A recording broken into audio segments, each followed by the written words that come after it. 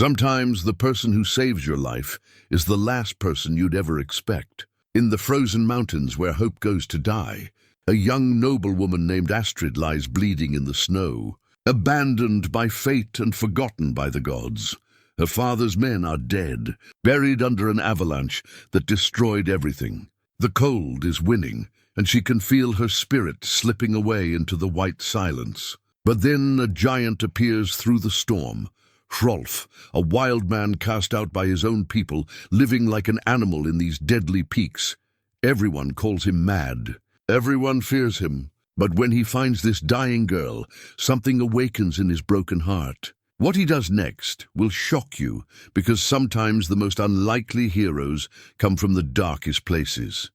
What would you do if saving someone meant risking everything you had left? Before we jump back in, tell us where you're tuning in from, and if this story touches you, make sure you're subscribed, because tomorrow I've saved something extra special for you. The silver pendant at Astrid's throat had been her grandmother's, and her grandmother's before that. Now it lay cold against her skin as she drifted between waking and the long sleep that called to her from the white depths of the Nordfjall mountains. The pendant bore the seal of Jarl Sigmund, her father, a boar's head carved in silver that marked her as nobility even here, where such things meant nothing to the wind and snow.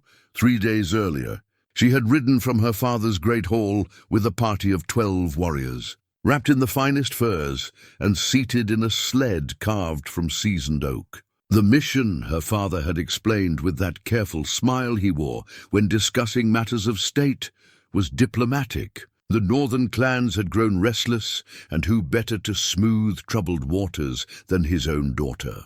She was young enough to seem non-threatening, old enough to carry authority, and beautiful enough to remind the clan chiefs that alliances could be sweetened with more than silver. Astrid had believed him then. She had been proud to serve, proud to finally have a purpose beyond embroidering tapestries and managing household servants. At 19, she had grown tired of waiting for life to begin, tired of watching her father's warriors return from adventures while she remained trapped in walls of stone and expectation.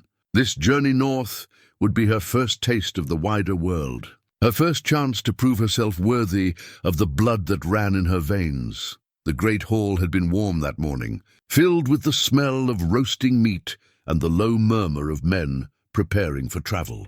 Torches flickered against walls hung with the weapons and shields of 3 generations of Jarls, casting dancing shadows across the faces of warriors who had sworn their lives to her family's service. Her father had embraced her before the hearth, his hands heavy on her shoulders, his eyes bright with what she had taken for pride. "Remember," he had whispered in her ear, "you carry our honor with you. Do not forget who you are or where you come from."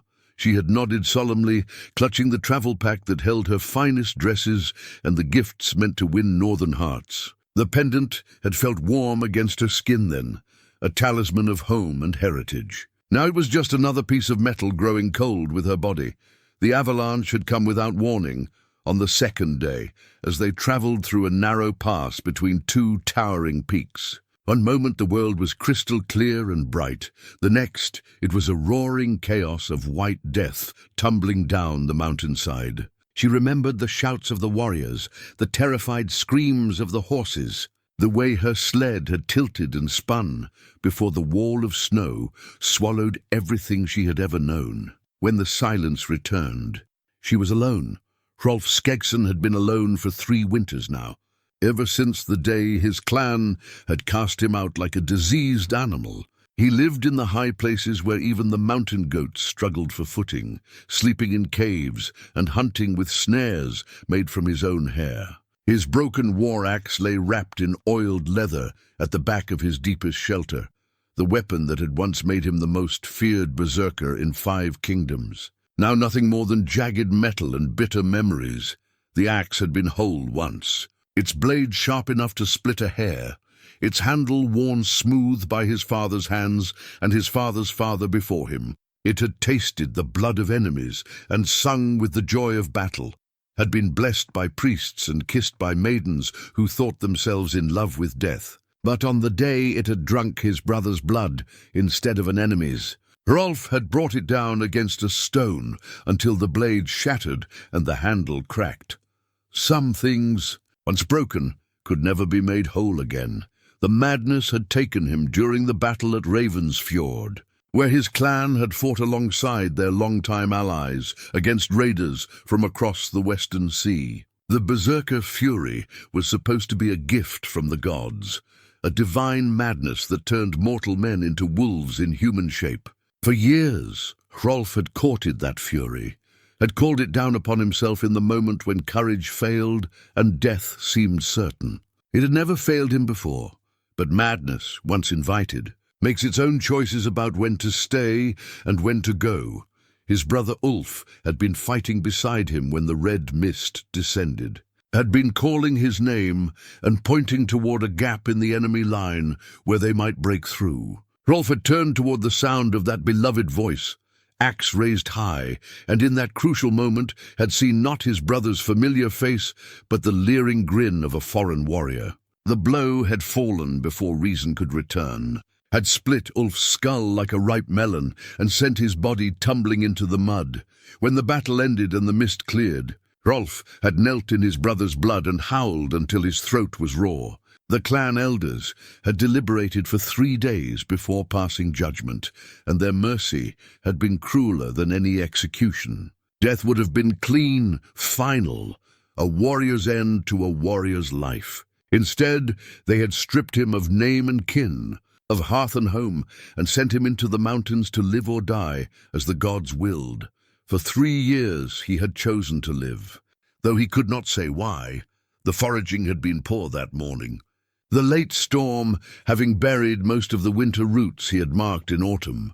His stomach complained bitterly as he picked his way down a treacherous slope, following animal tracks that might lead to a den where he could find eggs or sleeping creatures. The wind cut through his patched furs like a blade, and ice crystals formed in his beard with each breath.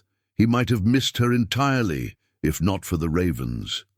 3 of the blackbirds circled over something in the valley below, their harsh cries carrying clearly in the thin air. Ravens meant carrion, and carrion might mean meat that hadn't gone too bad to eat. Hrolf changed direction, working his way carefully down toward whatever had drawn their attention.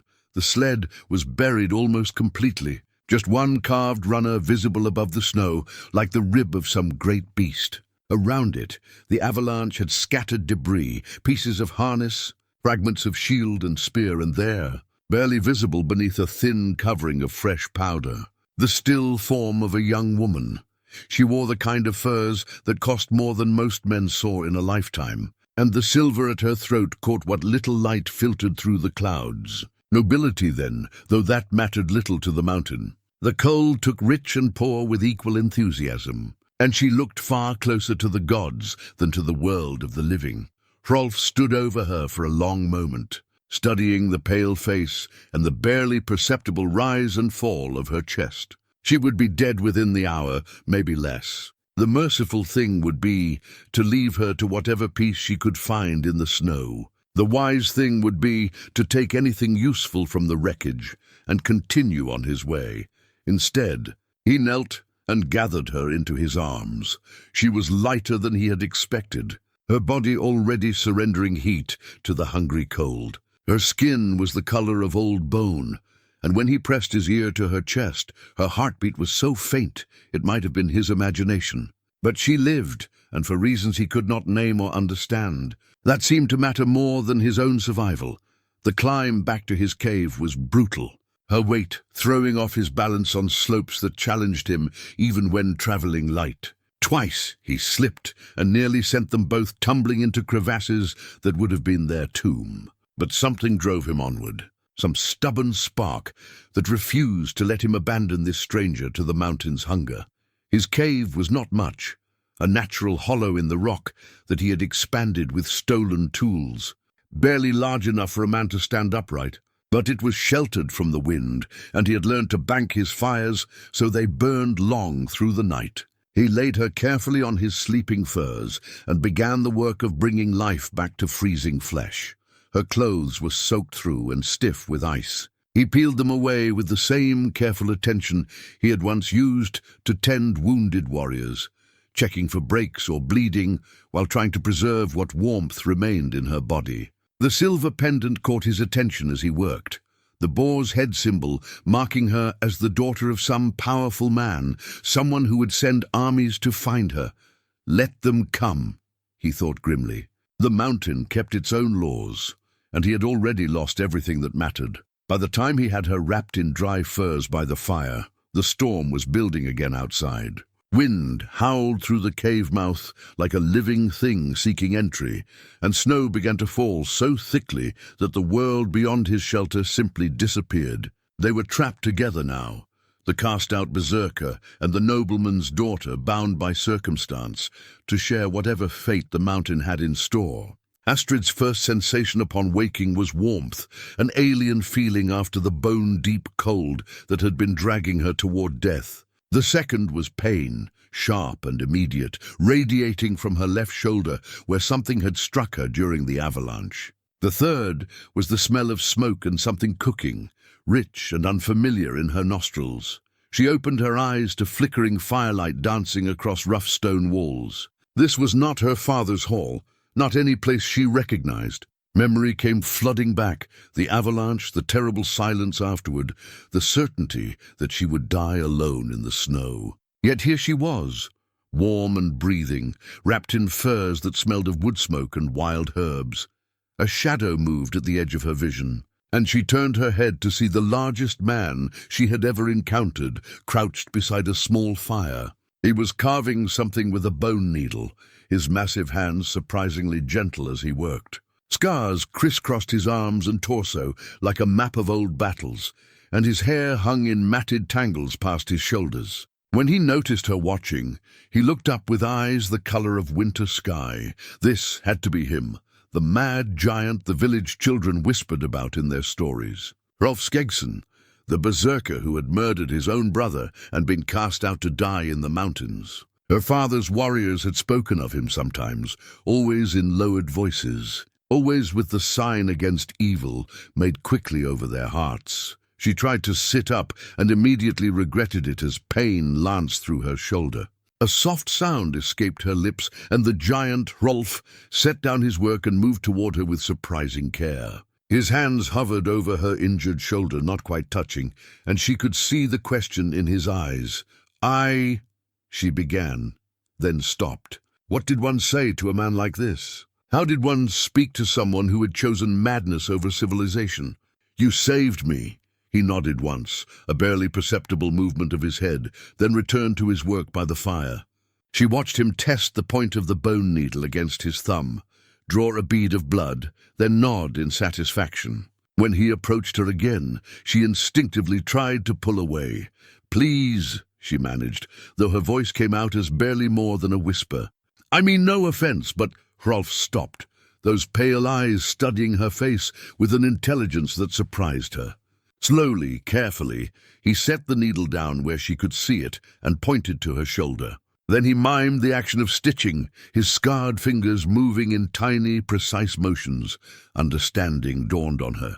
The pain in her shoulder was not just from impact, but from a wound that needed tending. She could feel the sticky warmth of blood beneath the furs, could smell the copper tang of it mixing with smoke and herbs. Without his help, infection would take her as surely as the cold would have. She nodded, closing her eyes and trying to steady her breathing as he began to work. The bone needle was sharper than she had expected, sliding through her skin with only a brief sting before the thread. Some kind of sinew or plant fiber followed. His touch was clinical, impersonal, the hands of someone who had tended many wounds in his time. You were a warrior, she said, more to distract herself from the pain than because she expected an answer.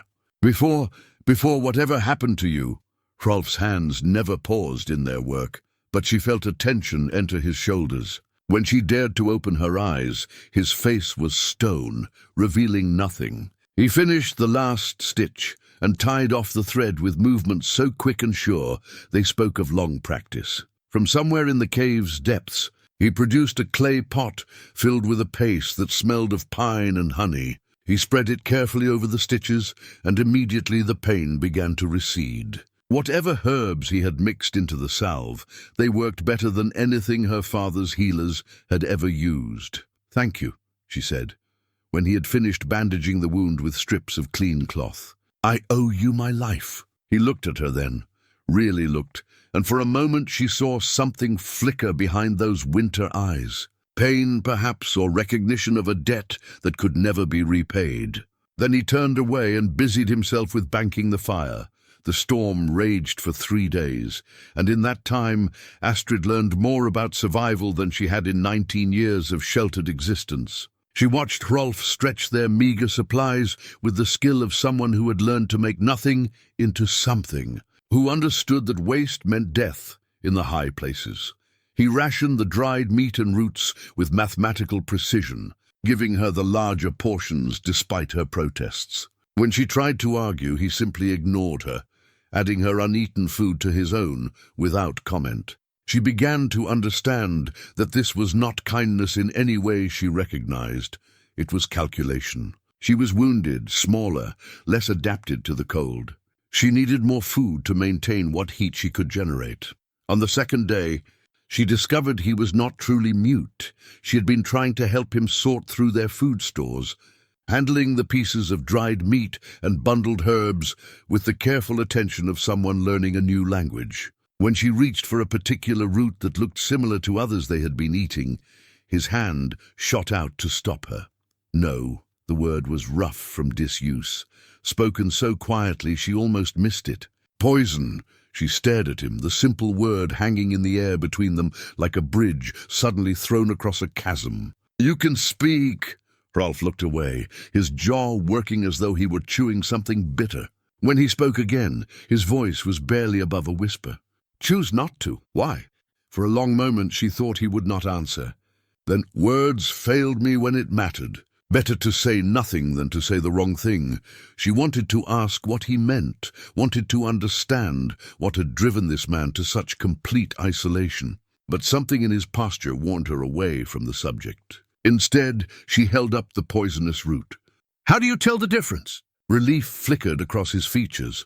Relief that she had changed the subject, that she was not going to push him toward whatever darkness lay behind his silence. He took the root from her hands and showed her the subtle differences, the slight variation in color, the different texture of the skin, the way it felt heavier than its harmless cousin.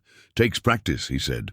"Mistakes kill. Have you ever—" She stopped, realizing how the question might sound. Made mistakes.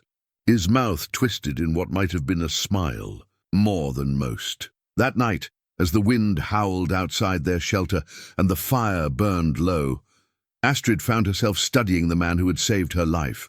He sat with his back against the cave wall, the broken pieces of his war axe laid across his knees like the bones of some sacred animal. His fingers traced the splintered wood and twisted metal with the gentleness of a lover's touch. "What happened to it?" she asked softly. Hrolf's hand stilled. For a moment she thought he would retreat back into silence, but then he spoke, his voice so low she had to strain to hear it over the storm. "I broke it. After I broke everything else." She waited, sensing that this was important, that he was offering her something precious and fragile. When he continued, his words came slowly, as though each one caused him physical pain. "There are some things that cannot be mended. Some mistakes that echo through all the days that follow. He lifted one piece of the broken axe. "This is just metal and wood. But what I broke with it—" He fell silent, and she could see the weight of memory pressing down on him like a physical thing. Without thinking, she reached out and placed her hand over his. His skin was warm and rough with old calluses, the hands of a man who had worked for everything he possessed. "I don't know what you did," she said quietly, "but I know what you've done for me. That has to count for something." Hrolf looked at their joined hands as though he had never seen such a thing before. When he spoke again, his voice was thick with an emotion she could not name. "You should not be here. Should not have to depend on someone like me." "But I do," she said simply. "And you're here. That's what matters." Outside, the storm began to weaken, though they would not know it until morning. Inside the cave, something had shifted between them, a recognition that they were no longer simply survivor and rescuer, but two people thrown together by fate and beginning to discover what that might mean. The storm broke on the fourth day, leaving behind a world transformed. Where before there had been familiar ridges and valleys, now there were only smooth curves of white that erased the landmarks Astrid had known. Even the entrance to their cave had to be dug out. Packed snow, having sealed them in like a tomb, Hrolf worked methodically to clear their way out, and when he finally broke through to daylight, the brightness was so intense that Astrid had to shield her eyes. The air that rushed in was crystal clear, and so cold it made her lungs ache, but it carried with it the promise of survival. They were no longer trapped. Yet as she watched Hrolf survey the changed landscape, she realized that their situation had not improved as much as she had hoped. The avalanche had not only buried her escort and their supplies, it had also erased the trail that would lead them back to civilization. They were stranded in a wilderness that looked nothing like the maps she had studied in her father's hall. "How far are we from the nearest settlement?" she asked, though she suspected she would not like the answer. Hrolf was quiet for a long moment, his pale eyes scanning the transformed terrain. "Hard to say now. 2 days' travel, maybe 3, if the passes are clear. If." He pointed toward a distant saddle between two peaks, where the snow seemed to shimmer and dance in the wind. "More storms coming. Can smell them on the air." Astrid tried to detect whatever he was sensing, but to her the air simply smelled of snow and pine. She was beginning to understand how much she had to learn about this world beyond the walls of her father's hall, and how much she depended on this strange man's knowledge for her survival as they prepared to venture outside. She noticed the collection of weathered stones arranged in careful patterns near the cave entrance. They were old, far older than anything human, covered with symbols that meant nothing to her but which Hrolf touched with reverent fingers each time he passed. "What are these?" she asked, kneeling beside the largest stone. The symbols carved into its surface were worn almost smooth by centuries of weather, but she could still make out what looked like intertwining serpents or perhaps roots. "Runestones," Hrolf said, settling beside her. "Found them scattered across the mountain. Brought them here." He traced one of the faded symbols with a scarred fingertip. "Ancient words, older than our fathers' fathers. Can you read them?" He shook his head. "Lost the meaning long ago. But they—" He struggled for words, his face creasing with the effort of expressing something he had never tried to share. "They remember. Even when we forget, the stones remember." There was something in his voice that made her look at him more closely. "What do you think they remember? Peace, maybe. A time before men needed to kill each other for honor." He picked up one of the smaller stones, turning it over in his massive hands. "I collect them because someone should. When the last person who remembers these symbols dies, they become just rocks again. But if someone gathers them, keeps them together, maybe the meaning stays alive somehow." Astrid felt something shift in her understanding of this man. The villagers called him mad, but this was not madness. This was a kind of desperate hope, a belief that preservation itself was a form of prayer. She thought of the tapestries in her father's hall, the careful stitching that preserved the stories of battles and heroic deeds. "This was not so different. Will you teach me?" she asked impulsively. Hrolf looked startled. "Teach you what?" "How to recognize them. How to help you gather them." For a moment his face was unguarded, and she saw wonder there, as though the idea that someone might want to share his burden had never occurred to him. Then he nodded, just once, but she caught the way his shoulders straightened slightly. Their first expedition beyond the cave was a lesson in humility for Astrid. What looked like solid ground beneath the snow often gave way under her weight, plunging her knee-deep into hidden crevices. What appeared to be gentle slopes proved to be treacherous ice that sent her sliding backward despite her best efforts. Within an hour, she was exhausted and soaked with sweat despite the bitter cold. Hrolf moved through the same terrain with the fluid grace of someone who had learned its moods and dangers. He seemed to know instinctively where the snow would hold and where it would crumble, which rocks would provide secure handholds and which would break away under pressure. When she stumbled, he was always there to steady her, his grip firm but never harsh. "You move like the mountain is alive," she observed during one of their rest breaks. "It is," he said simply. "Everything here is alive. Snow, rock, wind, they all have moods, all have ways of telling you what they want. Most people never learn to listen. How did you learn?" Hrolf was quiet for a while, staring out over the vast expanse of white that stretched to the horizon. "Had to. When they cast me out, I had nothing. No food, no shelter, no weapons except what I could make. The mountain became my teacher because it was the only teacher I had left." She tried to imagine what that must have been like. A man accustomed to the warmth of hearth halls and the company of warriors, suddenly alone in this merciless wilderness. "Were you afraid?" "Terrified," he admitted. "For the first winter, I was sure every sunrise would be my last. But fear teaches you things that comfort never can. Makes you pay attention in ways you never did before." As they made their way along a narrow ledge, Astrid noticed how differently she moved now compared to when they had started. Her steps were more careful, more deliberate. She found herself testing each foothold before committing her weight to it, listening to the subtle sounds the snow made under her feet. Without realizing it, she was beginning to learn the mountain's language. They found 3 more runestones that day, scattered across a small plateau that might once have been a gathering place. Hrolf handled each one with the same reverence she had seen him show the others, turning them in the light and studying their worn surfaces before carefully adding them to the collection in his pack. "How many have you found?" she asked as they made their way back toward the cave. 47. He said without hesitation. "Each one different. Each one placed here for a reason we can't remember." The certainty in his voice told her he had counted them many times, that each stone was precious to him in a way she was only beginning to understand. It occurred to her that this search might be the only thing that gave structure to his exile, the only purpose that kept him moving forward through the endless days of solitude.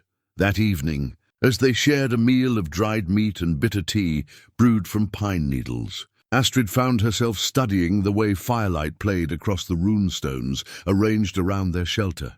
There was something peaceful about their presence, something that spoke of continuity and endurance. Perhaps Hrolf was right. Perhaps the stones did remember things that human memory had lost. "Tomorrow," she said quietly, "will you show me more of their gathering places?" Hrolf nodded, and for the first time since she had known him, she thought she saw the beginning of a smile touch the corners of his mouth. Over the following days, Astrid threw herself into learning the skills that kept Hrolf alive in this harsh wilderness. She practiced reading the subtle signs that warned of unstable snow, learned to identify the plants that could supplement their dwindling food stores, and began to understand the rhythms that governed life in the high places. Her hands, once soft from a life of privilege, grew rough with work, but it was the small intimacies of shared survival that surprised her most. The way Hrolf always ensured she had the warmest spot by the fire. How he would wordlessly hand her extra portions when he thought she wasn't looking. The careful way he tended the coals through the night so she would never wake to cold and darkness. On the 6th day, she noticed the infection.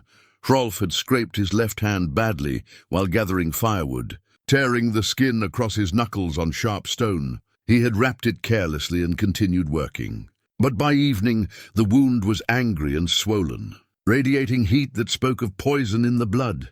"Let me see," she said when she caught him favoring the injured. "And it's nothing." His voice carried the stubborn pride of a man who had learned to tend his own wounds. But when she reached for his wrist, he didn't pull away. The bandage came away sticky with pus and blood. The wound was worse than she had feared, deep enough to expose bone in places, and the skin around it was red and tight with infection. Left untreated, it could spread up his arm and into his blood, killing him as surely as any enemy's blade. "This is not nothing," she said firmly. "This could kill you." Hrolf tried to dismiss her concern with a shrug, but she could see pain tightening the corners of his eyes. "Survived worse. Not alone, you haven't." The words came out sharper than she intended, but they carried truth that made him pause. "You've been taking care of me. Now let me take care of you." For a moment she thought he would refuse. Pride was a dangerous luxury in the mountains, but it was often the hardest thing for a warrior to abandon. Then he nodded, just once, and settled beside the fire where the light was best. She had watched her father's healers work, had even assisted them when battlefield injuries required extra hands. But knowing what to do and having the skill to do it well were different things entirely. Her hands shook slightly as she heated water over the fire and prepared the materials she would need. "This will hurt," she warned, taking the silk ribbon from her hair, one of the few luxuries she had retained from her former life. "Everything hurts," Hrolf said quietly. "Pain is just another voice trying to teach you something." She began by cleaning the wound as thoroughly as she could, using heated water and strips of clean cloth to remove the infected material. Hrolf bore the pain in silence, though she could see his jaw clench and his free hand grip the cave floor hard enough to leave marks in the stone. When the wound was as clean as she could make it, she bounded with her silk ribbon, the fine fabric soft against his damaged skin, the bright blue a startling contrast to the red inflammation. It was a strange thing, using something that had once marked her as nobility to tend a man the world had cast aside. "You shouldn't waste such things on me," Hrolf said, flexing his fingers carefully to test the binding. "It's not waste if it serves a purpose." She secured the knot with more confidence than she felt. "Besides, what use is silk in a place like this? Better it should help heal than gather dust in some chest." Over the next 2 days, she tended the wound with the same careful attention he had shown her injuries. She changed the bandage regularly, cleaned away the signs of infection, and gradually watched the angry redness fade to healthier pink. Each time she worked, their faces were close enough that she could feel the warmth of his breath, could see the flecks of gold in his pale eyes. It was during one of these quiet moments, as she carefully rewrapped his hand, that she realized how much her perception of him had changed. The wild giant from the village stories had been replaced by someone far more complex, a man capable of gentleness, of reverence for ancient mysteries, of sacrifice for a stranger's welfare. "Why did you save me?" she asked suddenly, the question emerging from thoughts she had been carrying for days. Hrolf was quiet for so long she thought he wouldn't answer. When he finally spoke, his voice was barely above a whisper. "Don't know. Saw you lying there and something I thought was dead woke up again." He studied their joined hands where she held his injured one. "Thought maybe the gods were offering me a chance to save something instead of destroying it." The honesty in his words took her breath away. She had grown up surrounded by courtly speech, by words carefully chosen to conceal as much as they revealed. This man spoke truth like a blade, sharp, clean, sometimes painful, but never false. "I'm glad you listened to that voice," she said softly. Their evening meals had begun to stretch longer, filled with conversation that ranged from practical matters of survival to deeper questions about the world beyond the mountains. Hrolf spoke little of his past, but Astrid found herself sharing stories of her sheltered life, the petty dramas of court, the weight of expectations she had never chosen, the loneliness of being valuable primarily for what alliances her marriage might bring. "Never had a choice about your own life?" Hrolf asked one night, poking at the fire with a charred stick. "Not really.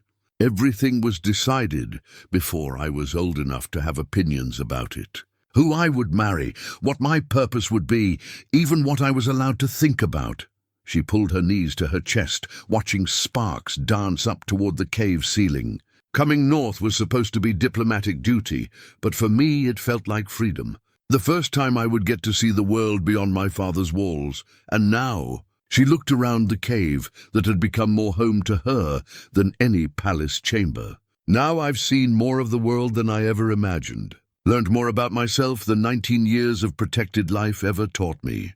Good lessons. Hard ones. But yes, good ones too." As the fire burned low and they prepared for sleep, Astrid found herself reluctant to retreat to her side of the cave.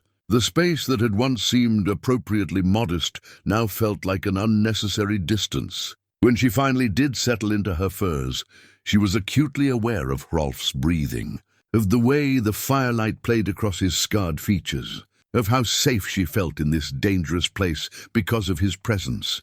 Change, she was learning, came in many forms. Sometimes it arrived like an avalanche, sudden and devastating. But sometimes it crept up quietly, one shared meal and tended wound at a time, until you woke one morning to discover that the person you had been no longer quite fit the shape of who you were becoming. The truth came on the 10th day, when Astrid asked once too many questions about the scars that covered Hrolf's body, like a map of old battles. She had been helping him gather pine boughs for their bedding, when she noticed a particularly deep mark that ran from his left shoulder blade down to his ribs, too clean in there. Straight to be from any weapon she knew. That one's different, she said, pointing to the scar. What made it? Hrolf's hands stilled in their work. For a moment she thought he would retreat into his familiar silence, but then he set down the bundle of branches and rolled his shoulders as though the old wound still pained him. Bear claw, he said finally. From the hunt that earned me this. He moved to his pack and withdrew something wrapped in oiled leather. When he unfolded the covering, Astrid found herself looking at a massive claw, easily as long as her hand. Dark with old blood that had soaked so deeply into the bone, it would never wash clean. The beast had been terrorizing settlements along the Ravensfjord for 2 seasons, Hrolf said, holding the trophy up to catch the firelight. Killed 6 men before the Jarl offered a reward large enough to draw hunters from 3 kingdoms. I was the only one who came back. The claw seemed to pulse with malevolent energy in the dancing flames. Astrid had seen bear claws before. Her father's hall was decorated with trophies from countless hunts, but nothing like this. This spoke of a creature from the old stories, something that walked the border between the world of men and the realm of monsters. It was during the battle with this beast that Hrolf's voice caught, and he set the claw down carefully between them, that I first felt the berserker madness truly take hold, the rage that would eventually destroy everything I cared about. Tell me, Astrid said softly. Hrolf was quiet for so long she thought he had decided against speaking. When the words finally came, they emerged like blood from a reopened wound, painful but necessary for healing. The bear had already killed 2 of my hunting companions when I found its den. Should have waited for reinforcements, should have planned the attack more carefully, but I could hear it roaring inside the cave, could smell the blood of my friends on its breath, and something inside me just broke. He picked up the claw again, turning it over in his hands as though seeing it for the first time. The madness came down like a red fog. When it lifted, the bear was dead, torn apart by my bare hands as much as by my axe. But the rage, it didn't go away when the threat was gone. It stayed with me, growing stronger each time I called upon it. By the time I realized what was happening, it had become part of who I was. Astrid thought of the broken war axe wrapped in its leather shroud, of the careful way he handled even the smallest blade now. Is that why you broke your weapon? After I killed Ulf, after they cast me out, I tried to destroy everything that connected me to that life. The axe, the armor, the name they had given me. His voice dropped to barely above a whisper. But you can't destroy what lives inside you. The rage is still there, waiting. Sometimes I feel it stirring when I'm angry or afraid, and I know that exile was the only mercy my clan could offer. They should have killed me when they had the chance. No! The word came out sharper than she intended, startling them both. Don't say that. Don't diminish what you've become by mourning what you lost. Hrolf looked at her with surprise, as though he had never considered that exile might have led to something other than simple punishment. I've watched you these past days, Astrid continued, warming to her subject. I've seen how you move through this wilderness, how you tend wounds, how you treat ancient stones with reverence. That's not the behavior of a mad berserker. That's the behavior of a man who has learned to channel his strength toward preservation instead of destruction. You don't understand. I understand that the man who saved my life, who has shared his food and shelter and knowledge, who collects forgotten runestones because someone should remember. That man is not a monster. That man is someone worthy of redemption. Hrolf stared at her for a long moment, and she could see him wrestling with ideas that challenged everything he had believed about himself since his exile began. The bare claw lay between them like a bridge, spanning the gap between who he had been and who he might yet become. "My brother," he said finally, "was the better man. Kinder wiser, more deserving of the life that was taken from him. Sometimes I think the gods made a mistake, should have taken me instead." "Maybe they did take you," Astrid said quietly. "Maybe the man who killed his brother in rage did die that day, and the man who saved a stranger in the snow is someone new, someone who gets to choose what kind of person he wants to be." The fire crackled between them, sending shadows dancing across the cave walls. Outside, wind moaned through the peaks like the voices of the dead calling to the living. But inside their shelter, something fundamental had shifted. The bear claw that had once been a symbol of violent triumph had become something else, a reminder of the darkness that lived in every human heart, and the choice each person faced about how to respond to that darkness. "I shared my burden with you," Astrid said after a while. "The weight of expectations, of being valuable only for what alliances I might bring. Now you've shared yours with me. Does that make it any lighter?" Hrolf considered this, his scarred fingers tracing the edge of the bear claw one last time before he wrapped it back in its leather shroud. "Yes," he said simply, "it does." That night, as they settled into their separate sleeping furs, Astrid found herself thinking about the strange twists of fate that had brought them together. A few weeks ago, she had been a sheltered nobleman's daughter, valuable primarily for her bloodline and marriage prospects. Now she was a survivor in the wilderness, partner to a man the world had written off as mad.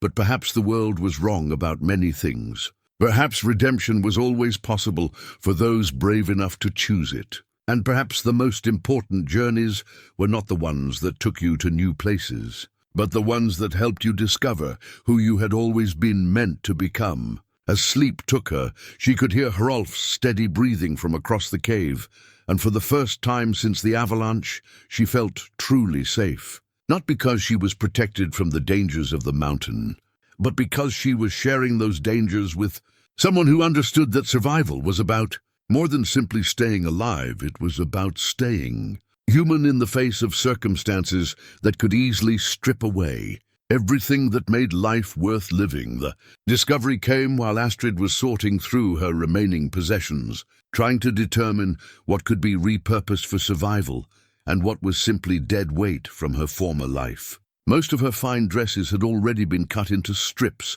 for bandages and rope. Her jewelry traded for its practical value as tools and fire starters. But at the bottom of her leather satchel, wrapped in oiled silk and forgotten until now, lay the marriage contract that had been the true purpose of her journey north. She unfolded the parchment with hands that trembled slightly, not from cold, but from a growing sense of dread. The formal script laid out the terms of her betrothal in language as cold and precise as a legal execution. Her dowry, her bloodline, her value as a political alliance between her father's kingdom and the northern clans. But it was the name at the bottom that made her blood freeze in her veins: Jarl Grimvar Ironside, the ravager of the western shores. A man whose reputation for cruelty was legend even in her father's hall. "What is it?" Hrolf had noticed her stillness, the way she stared at the document as though it had transformed into a serpent in her hands. "My marriage contract," she said, her voice barely steady. "The real reason for my diplomatic mission to the north." Hrolf moved closer, though he could not read the formal script. "Bad match?" Astrid laughed, but there was no humor in the sound. "Grimvar Ironside is 60 years old, has buried 3 wives already, and rules his holdings through fear and violence. They say he brands his enemies with hot iron and feeds prisoners to his war dogs." She looked up at Hrolf, seeing her own horror reflected in his pale eyes. "This is what my father considers a suitable alliance. You didn't know. I was told I was going north to negotiate trade agreements and settle border disputes. Diplomatic work that would let me prove my worth to the kingdom. The bitter irony of it made her stomach turn. I was so proud to finally have a purpose, so grateful for the chance to serve. I never questioned why my father was sending his unmarried daughter instead of seasoned ambassadors. Hrolf took the contract from her numb fingers, studying the seals and signatures, even though the words meant nothing to him. Political marriage. Common enough among nobles. Not like this. Astrid pulled her knees to her chest, suddenly feeling smaller and more vulnerable than she had since those first desperate hours in the snow. Grimvar Ironside doesn't want a wife. He wants a broodmare to give him legitimate heirs. His previous wives all died in childbirth or from suspicious accidents. One was found at the bottom of a cliff. Another supposedly threw herself from a tower window. The implications hung heavy in the air between them. Hrolf set the contract aside and moved to sit closer to her, his presence solid and reassuring in the face of this new revelation. Your father knows this. He has to. Everyone knows Grimvar's reputation. But the alliance would give my father control over 3 important trade routes and a fleet of warships. Her voice grew bitter with understanding. I'm not his daughter in this. I'm just another piece of property to be traded for political advantage.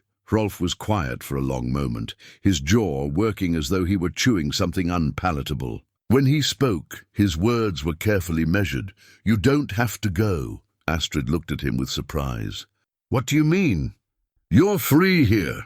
No guards, no escorts, no one to force you into anything. The avalanche could have killed everyone, including you. As far as the world knows, Jarl Sigmund's daughter died in the mountains, along with her party.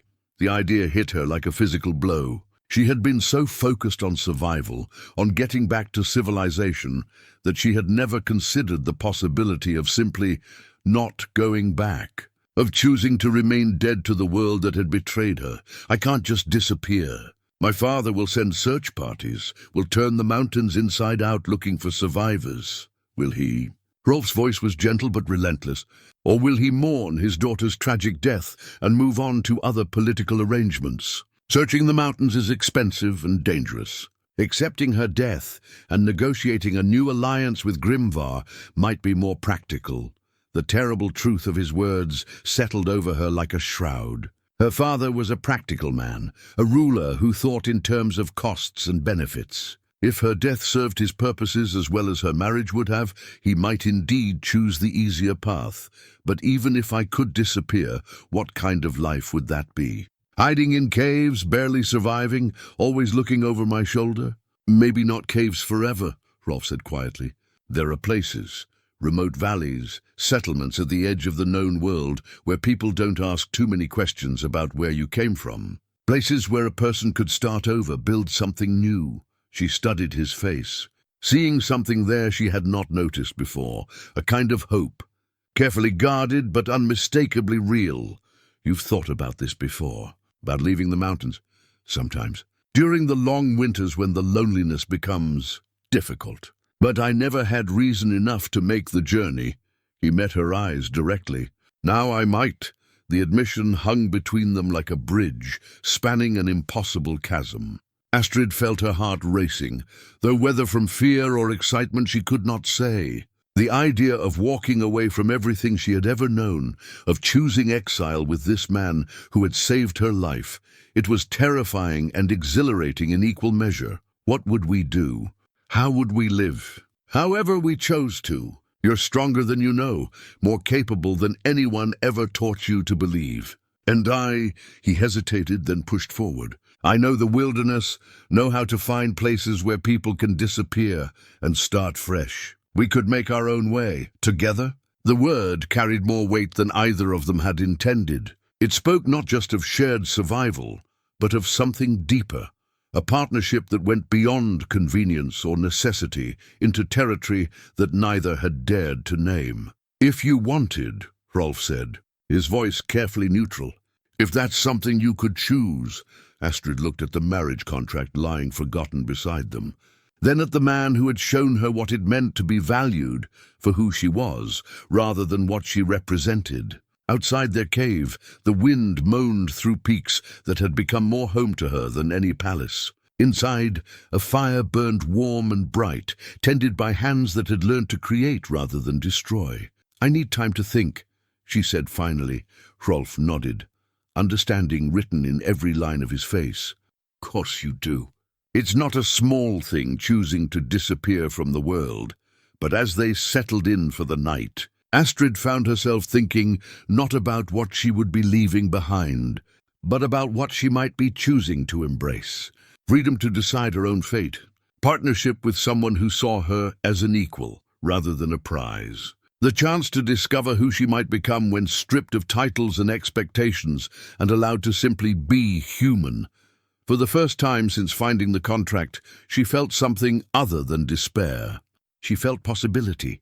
Dangerous, uncertain, but gloriously real. The sun had been shining for 3 days straight when Hrolf decided they should venture back to the avalanche site. Their food stores were running dangerously low, and there might be supplies to recover from the buried sleds, preserved meat, grain, perhaps even weapons that could be salvaged from the wreckage. Astrid had dreaded this return to the place where her old life had ended, but she knew it was necessary. They could not survive indefinitely on what little Hrolf had gathered for himself. If they were going to make any kind of future together, and she had begun to believe they were, they needed resources for the journey ahead. The avalanche site looked different in the bright sunlight.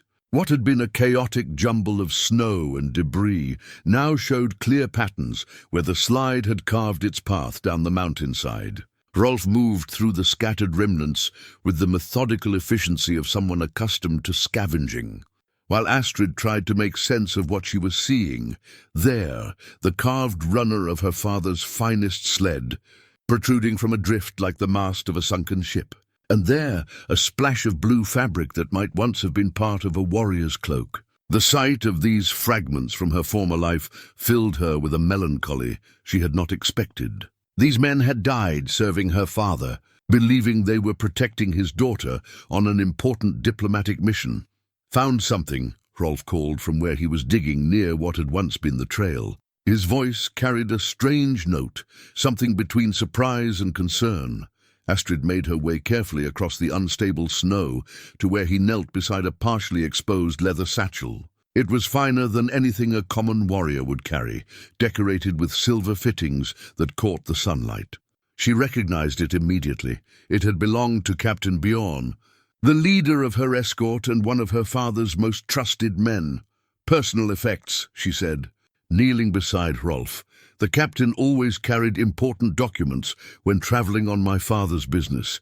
Hrolf's expression was grim as he worked to free the satchel from the packed snow. "Might be something useful. Maps, maybe, or—" He stopped abruptly, his hands freezing on the leather straps. From within the partially opened satchel, something gold glinted in the sunlight. Something that made Astrid's blood turn to ice in her veins. With trembling fingers, Hrolf pulled the object free from its resting place. It was a signet ring, heavy gold set with a ruby the size of a man's thumbnail. But it was not just any ring. It was her father's personal seal, the mark of Jarl Sigmund that gave authority to his most important commands. "Why would the captain be carrying this?" Astrid whispered, though part of her already suspected the answer. Hrolf's face was stone as he continued searching the satchel. When he found the second document, carefully sealed and hidden beneath the captain's personal effects, his silence confirmed her worst fears. He handed her the parchment without a word.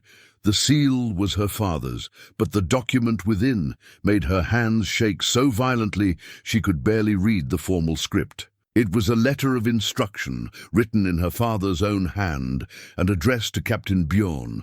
The words seemed to blur and swim before her eyes, but their meaning was unmistakably clear. The mission had never been diplomatic. There had never been any intention of her reaching the northern clans alive. "Ensure that the avalanche appears natural," the letter instructed. The girl's death must seem like an accident of travel, not an act of deliberate planning. When her body is recovered in spring, it should appear that she died alongside her loyal escort in a tragic but unavoidable disaster. Astrid's hands began to shake so violently that Hrolf had to steady her before she dropped the document entirely. The betrayal was so complete, so coldly calculated, that her mind struggled to process what she was reading. "He planned this," she whispered. "My own father planned to have me killed, but there was more." The letter went on to detail the true reason for her murder. Not politics or alliances, but simple greed. Her mother's family had left her a substantial inheritance that would pass to her husband upon marriage, or revert to her father if she died unmarried. The marriage to Grimvar Ironside had been a lie, just another layer of deception to explain. Her presence in the mountains, the northern route, was chosen specifically for its avalanche. "Danger," the letter continued. "If natural disaster does not occur, you are authorized to create the appearance of such. The girl trusts you completely and will not suspect the true nature of your mission until it is too late." Hrolf's voice was deadly quiet when he finally spoke. "Your escort wasn't there to protect you. They were there to kill you." The implications hit her like physical blows. Captain Bjorn, who had served her family for 15 years, who had taught her to ride and told her stories of distant battles, he had been planning her murder from the moment they left her father's hall. The avalanche that had seemed like cruel fate had actually been salvation, killing her would-be murderers before they could complete their mission. "But why now?" she asked, her voice breaking. "Why did he decide I had to die?" Hrolf continued searching through the captain's effects, his movements sharp with controlled anger. When he found the third document, his expression darkened further. "Marriage proposal," he said grimly, scanning the contents. "From a southern jarl offering substantial dowry for your hand, more than your inheritance would be worth if kept in the family." The final piece of the puzzle fell into place with sickening clarity.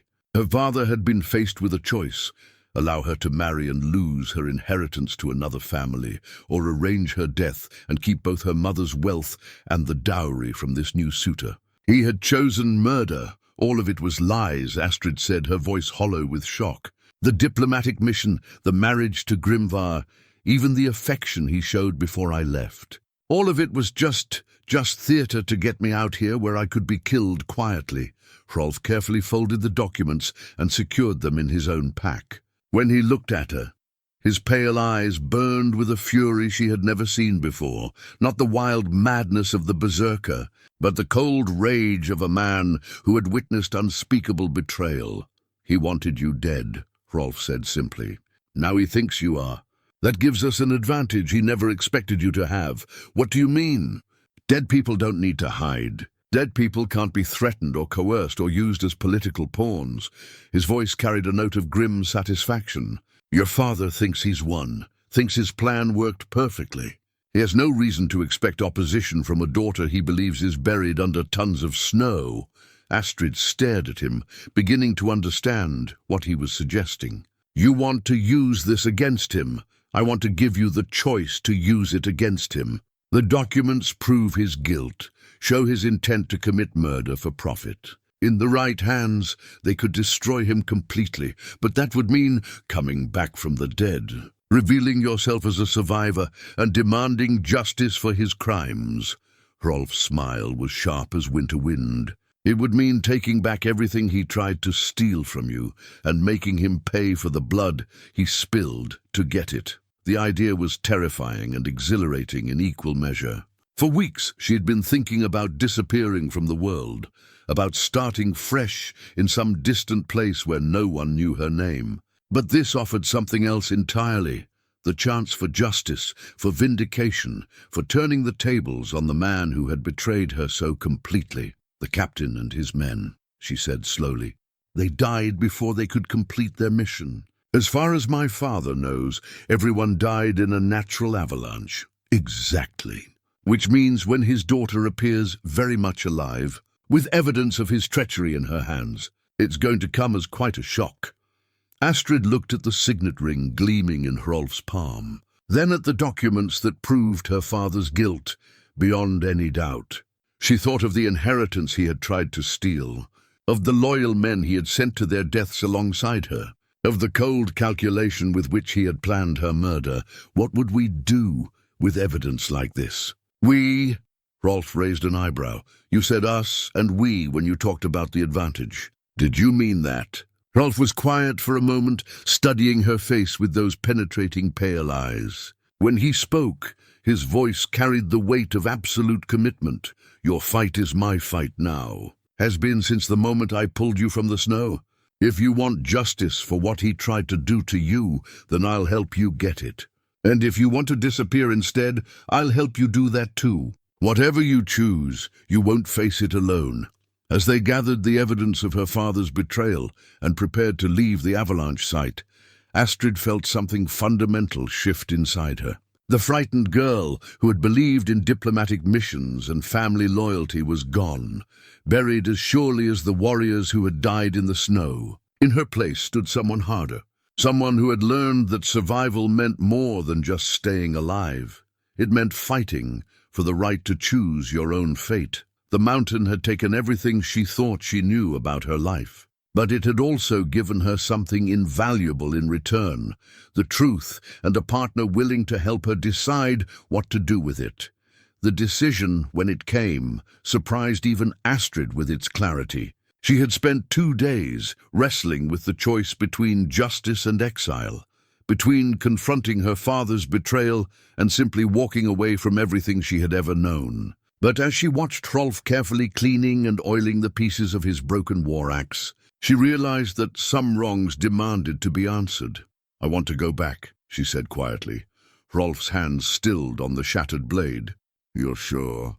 He killed those men just as surely as if he'd put a blade through their hearts. Captain Bjorn, who served my family faithfully for 15 years. Young Eric, who was barely old enough to grow a proper beard. They died believing they were protecting me, never knowing they were meant to be my murderers. Her voice grew stronger as she spoke. Their families deserve to know the truth. And my father needs to face what he's done. Hrolf nodded slowly, then reached for the bearskin cloak that had been wrapped around his other possessions. Astrid had seen the garment before, but had never asked about its significance. Now, as he shook it out and examined the thick fur with careful attention, she understood that this was more than just clothing. What is that? She asked, though part of her already knew. Berserker cloak, Hrolf said simply. Wore it into every battle for 10 years. Skinned the bear myself after it killed my hunting partner. He ran his fingers through the coarse fur, and she could see memories flickering behind his pale eyes. Thought I'd never put it on again. But you're going to now. If we're going to face your father, if we're going to demand justice for what he's done, we need to be prepared for war. He won't simply confess his crimes and accept punishment. Men like that don't surrender power willingly. Hrolf lifted the cloak and settled it across his shoulders, and immediately his entire bearing changed. Where before he had been a careful, measured man focused on survival, now he looked like what he had once been, a warrior whose very presence could alter the course of battles. You look different, Astrid observed. Feel different. This cloak carries the weight of every fight I ever won, every enemy I ever faced. Putting it on again, it's like calling back parts of myself I thought were lost forever. He met her eyes directly. But it's not the same madness it used to be. The rage is still there, but it's controlled now. Focused, I won't lose myself to it again.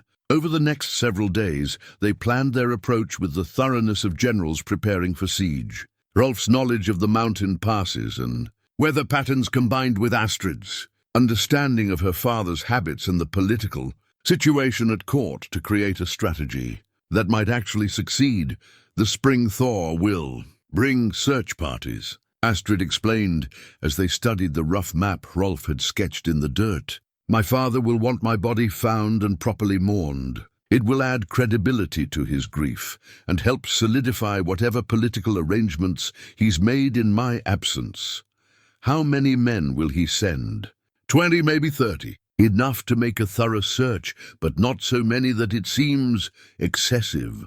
He'll want to appear appropriately concerned, but not desperate. She traced the likely routes with her finger. They'll follow the main trails first, checking the most obvious places where survivors might shelter. And when they find evidence that you're alive? Astrid smiled grimly. That's when the real search begins. He'll send everything he has. because a living daughter with knowledge of his crimes is his worst nightmare. Their plan was audacious in its simplicity. They would allow themselves to be found by the search party, but not as helpless survivors. Instead, they would control the encounter, using Hrolf's reputation and the evidence they had gathered to force a confrontation on their terms. "The witness stone," Hrolf said, pointing to a location on his map. "Ancient place, older than any kingdom. The laws carved there supersede any jarl's authority. If we can bring your father's men there, if we can invoke the old justice, he'll have to answer for his crimes in front of witnesses he can't intimidate or bribe." Astrid nodded, beginning to see the full scope of what they were planning. "But it's dangerous. If something goes wrong, if the evidence isn't enough, then we fight," Hrolf said simply. "And if we lose, at least we'll have tried to set things right." They spent hours preparing for every contingency they could imagine. Hrolf taught Astrid how to read the subtle signs that would warn them of approaching men, how to move silently through terrain that would betray inexperienced travelers, how to use the mountain itself as an ally in their coming confrontation. But it was the quieter moments between planning sessions that revealed how much had changed between them. When Hrolf adjusted the straps of her pack, his hands lingered a moment longer than necessary. When Astrid helped him rebind the pieces of his broken axe into a weapon that could still serve if needed, their fingers brushed, and neither pulled away immediately. "Whatever happens," she said one evening, as they shared what might be their last peaceful meal together, "I want you to know that these weeks with you have been the freest I've ever felt. Even with all the danger, all the uncertainty, I've been more myself here than I ever was in my father's hall." Hrolf was quiet for a long moment, staring into the fire. When he spoke, his voice was rough with emotion he was still learning to express. "You gave me back my purpose. For 3 years, I've been nothing but a ghost haunting these mountains, keeping myself alive without remembering why. But helping you, planning for justice instead of just revenge, it makes me feel human again. You are human." "You always were!" "You just forgot for a while. Maybe. But knowing that someone else sees it, someone whose opinion matters, that changes everything." They moved closer together by the fire, drawn by something stronger than the need for warmth. When Astrid reached out to touch the scars that marked Hrolf's hands, he didn't pull away. When he traced the line of her jaw with fingers that had learned to be gentle, she leaned into the touch. "I should tell you something," she said softly. "Before we go down there, before everything becomes dangerous and uncertain again." "What?" "I love you." The words came out simple and clear, without artifice or hesitation. "I don't know when it happened or how, but I do.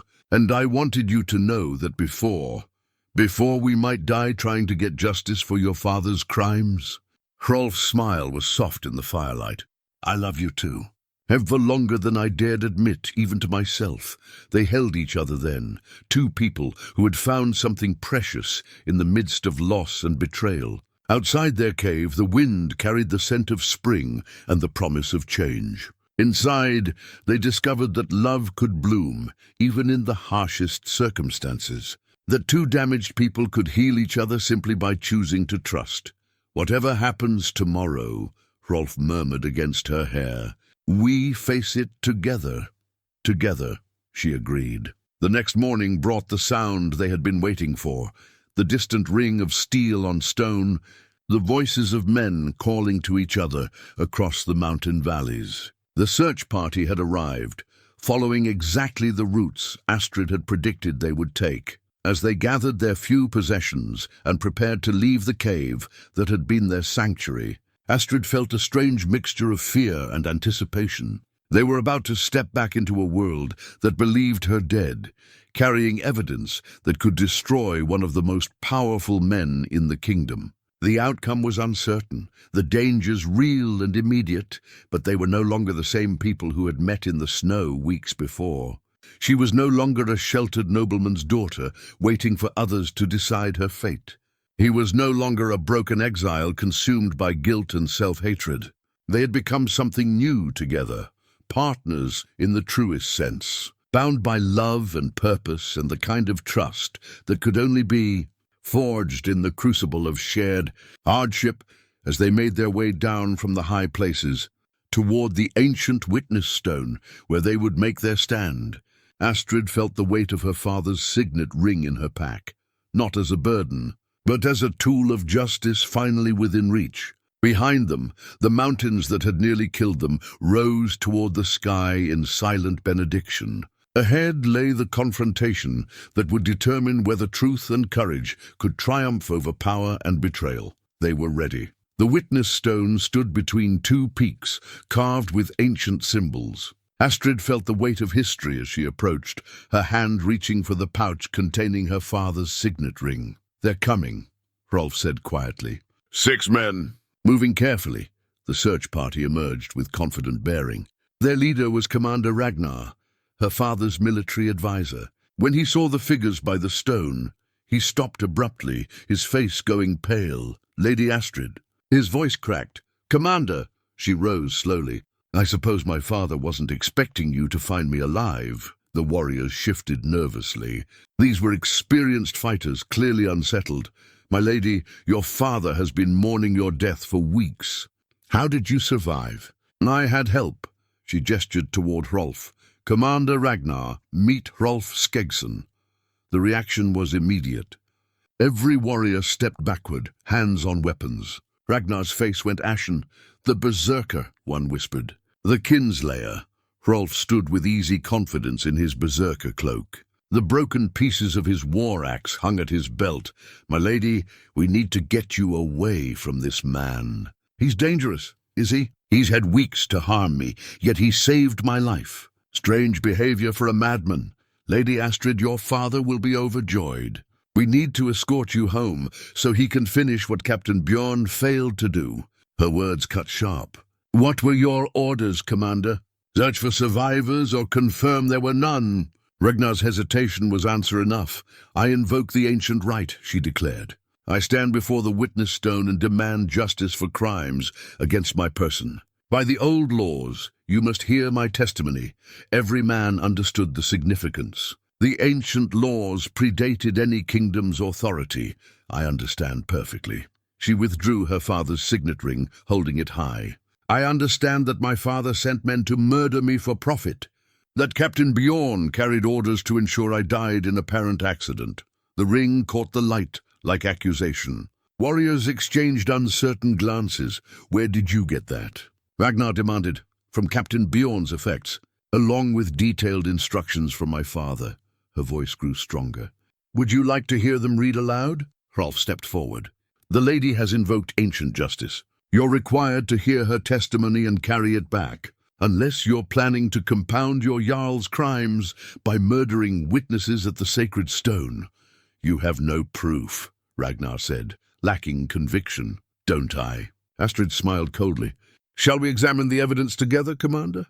Astrid withdrew the documents from her pouch with deliberate ceremony, unfolding the damning evidence before the assembled men. The morning wind caught the parchment, making it flutter like a captured bird. But her grip remained steady as she began to read aloud the words that would destroy her father's reputation forever. "Ensure that the avalanche appears natural," she quoted, her voice carrying clearly across the plateau.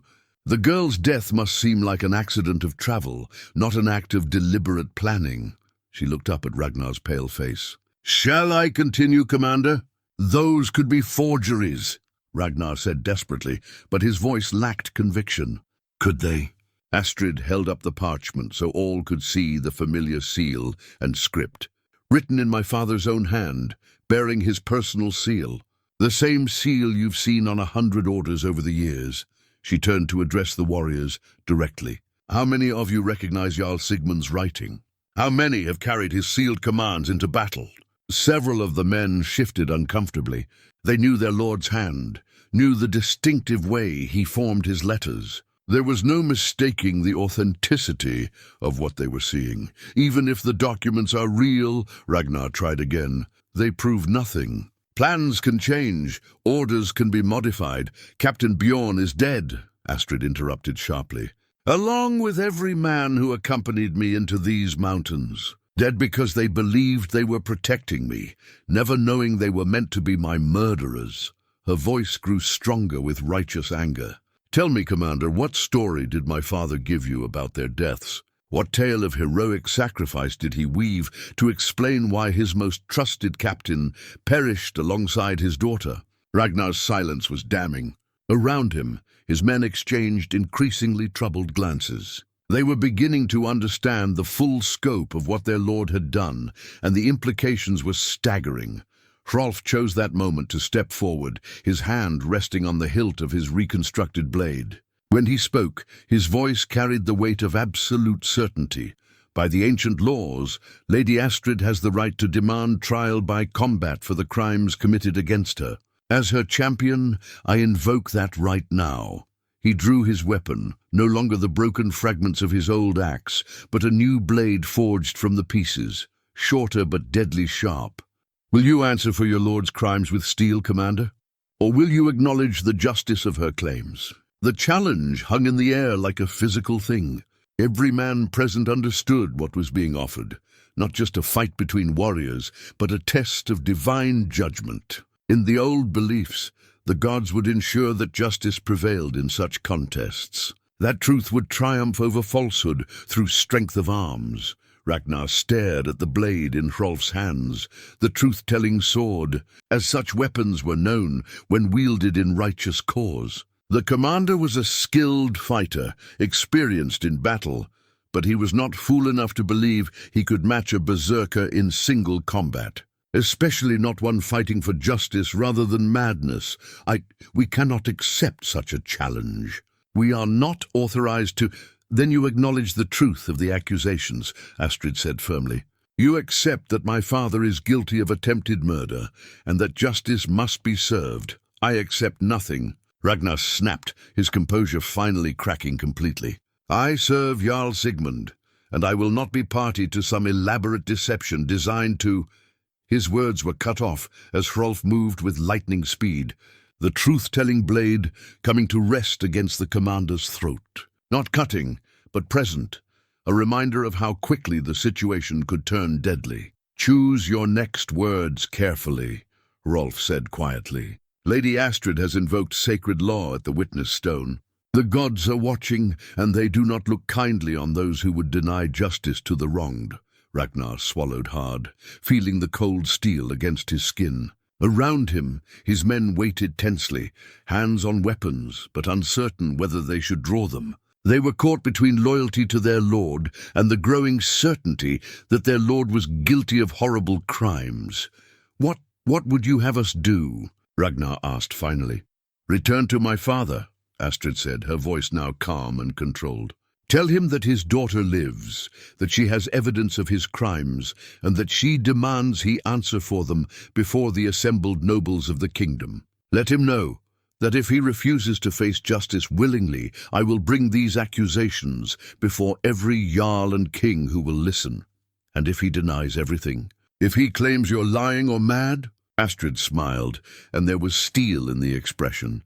Then I will invoke the old laws again, and my champion will prove the truth of my words with his blade. My father can send all the warriors he likes. The gods will ensure that justice prevails. Hrolf withdrew his sword from Ragnar's throat, but kept it ready. You have witnessed the truth here today. The sacred stone has heard her testimony, and you are bound by ancient law to carry it back to those with authority to judge. Fail in this duty, and you bring curses down upon your own heads. The weight of tradition and superstition was as powerful as any weapon. These men had grown up with stories of the witness stone, of the terrible fates that befell those who violated its sanctity. None of them wanted to risk divine retribution for the sake of protecting a lord who might well be guilty of murder. We will carry your message, Ragnar said finally, his voice heavy with defeat. But understand, this will mean war. Your father will not simply confess his crimes and accept punishment. He will fight to protect his position. Then let him fight, Astrid replied. But he will fight against truth armed with justice, and that is a battle he cannot win. As the search party prepared to depart, carrying with them the most explosive news the kingdom had heard in generations, Astrid felt a profound sense of completion. The frightened girl, who had been sent north to die, was gone forever, replaced by a woman who had learned to fight for what was right. Justice would come. One way or another, spring came to the high valley like a whispered promise finally kept. The snow that had held the mountains in its grip for so many months began its retreat, revealing patches of green that spoke of life returning to the world. Astrid stood in the doorway of their cabin, watching Hrolf work on the foundation for their new grain storage, and marveled at how much had changed since that terrible day when she had lain dying in the snow. The new hearthstone he was setting into place had come from the same quarry that had provided stone for the witness. Stone, a deliberate choice that connected their new home to the ancient laws that had given them justice. It was rough-hewn granite, practical rather than beautiful, but it would anchor their home for generations to come. "How does it look?" Hrolf called, stepping back to examine his work.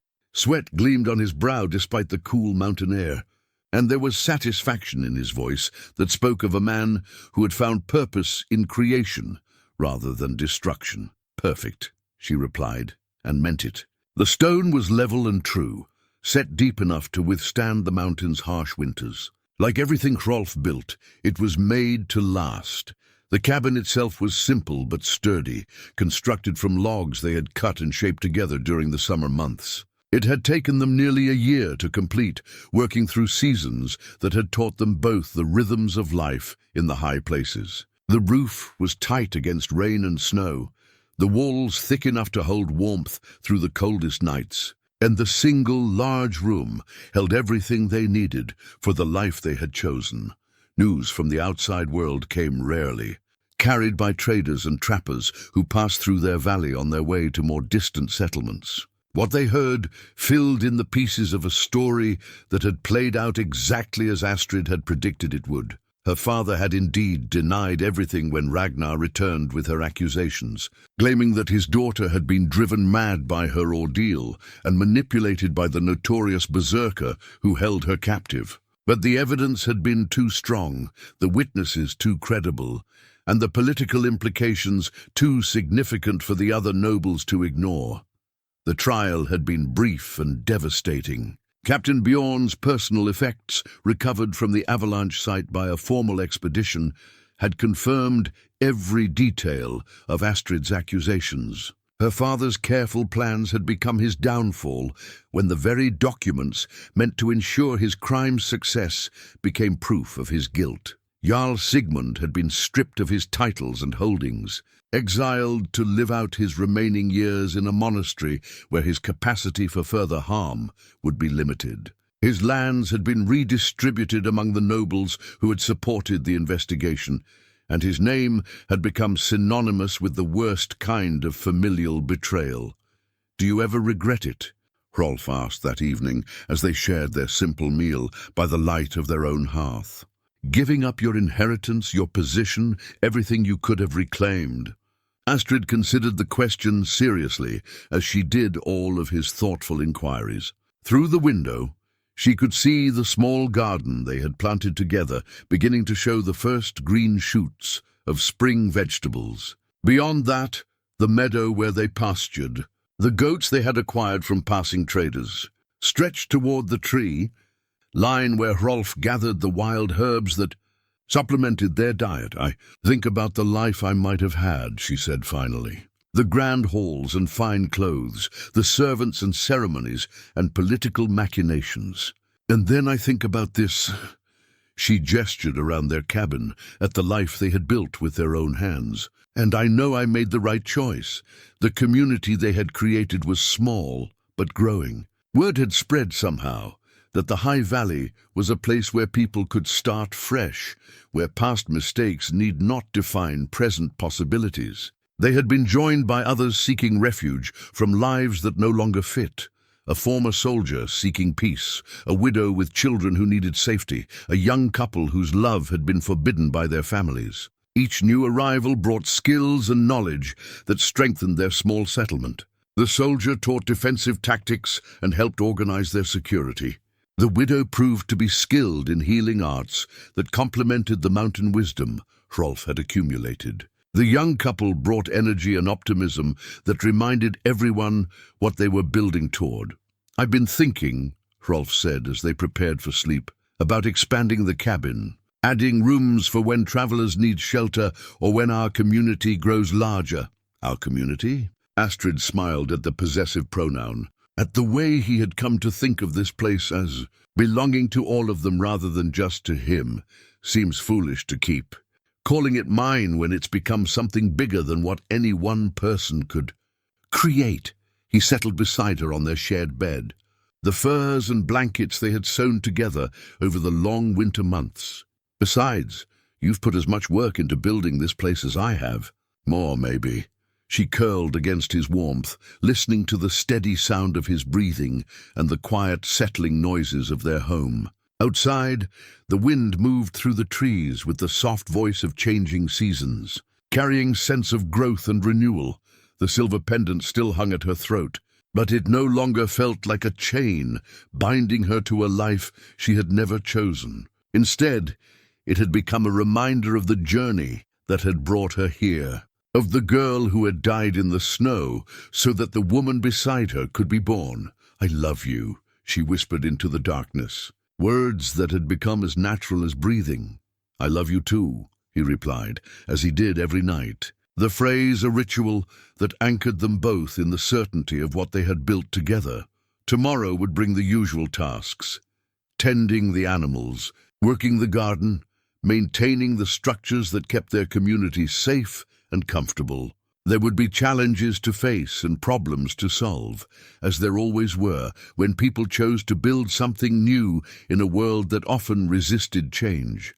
But tonight, there was peace. Tonight, there was the warmth of shared purpose and the quiet satisfaction of work well done. Tonight, there was love that had been tested by hardship and found strong enough to build a future upon. The hearthstone held their fire through the darkness, just as it would for all the nights to come.